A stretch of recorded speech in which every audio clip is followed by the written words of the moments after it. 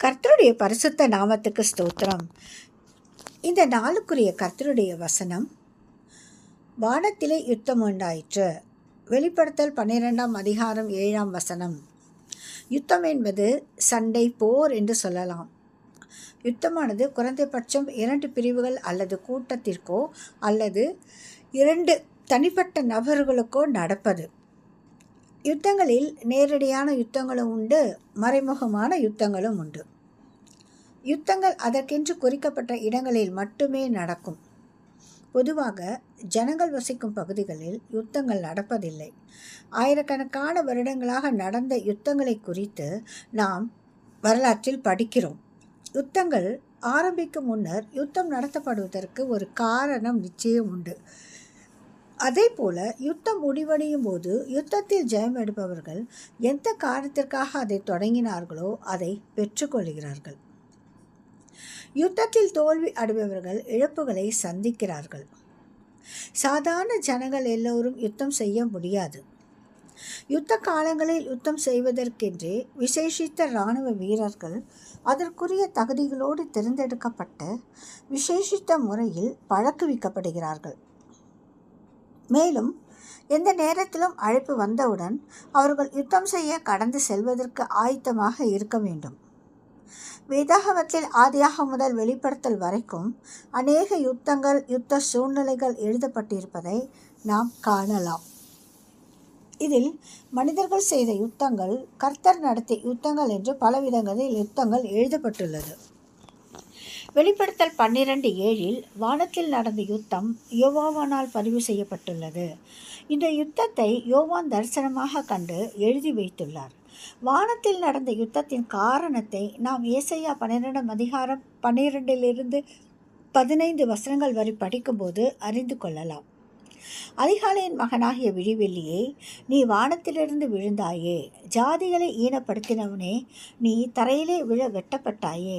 நான் வானத்துக்கு ஏறுவேன், தேவனுடைய நட்சத்திரங்களுக்கு மேலாக என் சிங்காசனத்தை உயர்த்துவேன். வடபுறங்களில் உள்ள ஆராதனை கூட்டத்தின் பர்வதத்திலே வீற்றிருப்பேன் என்றும், நான் மேகங்களுக்கு மேலாக உன்னதங்களில் ஏறுவேன், உன்னதமானவருக்கு ஒப்பாவி என்றும் நீ உன் இருதயத்தில் சொன்னாயே. ஆனாலும் நீ அகாதமான பாதாளத்திலே தள்ளுண்டு போனாயே என்று அதிகாலையின் மகனான லூசிபரை பற்றி எழுதப்பட்டுள்ளது. லூசிபர் யார் என்பது எசேக்கியேல் 28:14 நீ காப்பாற்றுகிறதற்காக அபிஷேகம் பண்ணப்பட்ட கேருப், தேவனுடைய பர்வதத்தில் உன்னை வைத்தேன், அக்கினிமயமான கற்களை நடுவில் உலாவினாய் என்று நாம் படிக்கிறோம். 2 விதமான தூதர்களின் கூட்டத்தின் பெயர்கள் வேதத்தில் குறிக்கப்பட்டுள்ளது. ஒரு கூட்டம் சேராபீன்கள். இவர்கள் கர்த்தரை எப்பொழுதும் துதித்து ஆராதித்து கொண்டிருப்பவர்கள். மற்றொரு தூதர் கூட்டம் கேருபீன்கள். இவர்கள் பாதுகாக்கும் வேலையை செய்யும் தூதர்கள். லூசிபரை கர்த்தர் ஒரு விசேஷித்த கேருபாக உருவாக்கி அவர் வாசம் பண்ணும் பரிசுத்த பர்வதத்திலே கொண்டு வந்து வைத்தார். ஆனால் இந்த கேரு தேவனுடைய நட்சத்திரங்களுக்கு மேலாக உயர வேண்டும், உன்னதமான தேவனுக்கு ஒப்பாக வேண்டும் என்று இருதயத்தில் எண்ணம் கொண்டபடியினால் அவன் தள்ளப்பட்டு தன் மகிமையை இழந்தவனானான். அப்படி தள்ளப்பட்ட லூசிபரே வெளிப்படுத்தல் 12:9 சொல்லப்பட்ட உலகம் அனைத்தையும் மோசம் போகுகிற பிசாசு என்றும் சாத்தான் என்றும் சொல்லப்பட்ட பழைய பாரம்பரிய பெரிய வலு சர்ப்பம். எசேக்கியேல் 28ஆம் அதிகாரம் 13வது வசனத்தில் லூசிபர் பிசாசாக வலு சர்ப்பமாக தள்ளப்படுவதற்கு முன்பு தேவனுடைய தோட்டமாகிய ஏதேனில் இருந்திருக்கிறான் என்று எழுதப்பட்டுள்ளது.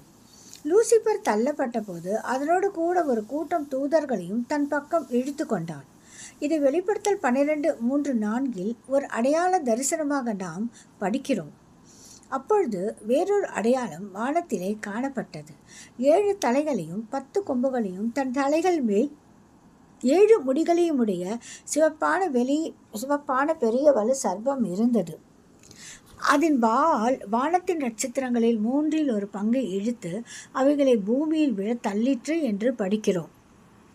பரலோகத்திலிருந்து 1/3 தூதர்களையும் தன் பக்கம் லூசிபர் இழுத்து கொண்டான். எனவே சத்துருவாகிய பழைய பாம்பாகிய வலு சர்ப்பமாகிய பிசாசுக்கு உதவியாளர்கள் அவருடைய படையில் ஒரு கூட்டம் இருக்கிறார்கள். இந்த பிசாசின் தலையை நசுக்கி ஜெயம் எடுக்கவே தேவகுமாரனாகிய இயேசு கிறிஸ்து இந்த பூவுலகில் மனிதனாக அவதரித்தார்.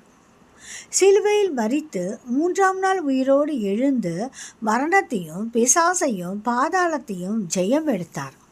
அவர் ஜெயித்தபடினால் அவருக்குள் நிலைத்திருக்கும் ஒவ்வொரு கர்த்தருடைய பிள்ளையும் ஜெபிக்க முடியும்.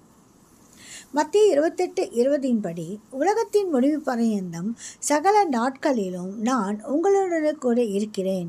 இந்த வார்த்தையே இந்த நாளில் கர்த்தர் நமக்கு தருகிறதான வாக்குத்தத்தம். அழிவும் போராட்டமும் சமாதான கேடுகளும் பிரிவினைகளும் நெருக்கங்களும் கர்த்தருடைய பிள்ளைகளுக்கு விரோதமாக யுத்தம் செய்கிற பிசாசினால் உண்டாகிறவை. ஜெயம் எடுத்து உலகத்தில் முடிவு பரியந்தம் நம்மோடு கூட இருக்கிற நம் கர்த்தராகிய இயேசு கிறிஸ்து நமக்கு விரோதமான பிசாசின் தலையை ஏற்கனவே நசுக்கிவிட்டார்.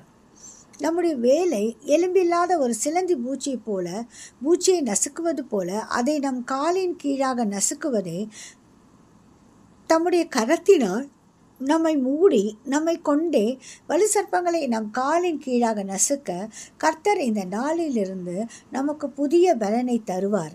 ஆமேன். ஜெபிப்போம். சிலுவையில் ஜெயமெடுத்த இயேசு கிறிஸ்துவே, வாடத்திலே யுத்தம் உண்டான காரணங்கள் எங்களுக்கு கற்றுக் கொடுத்தபடியால் உமக்கு நன்றி. உலகம் பிசாசு மாம்சத்தை அனுதினம் ஜெயம் எடுத்து ரட்சிப்பை இறுதி வரை காத்துக்கொள்ள நீர் எங்களுக்கு உம்முடைய பலனை தரப்போகிறபடியால் ஸ்தோத்திரம். இயேசுவின் நாமத்தில் ஜெபிக்கிறோம் பிதாவே. ஆமேன்.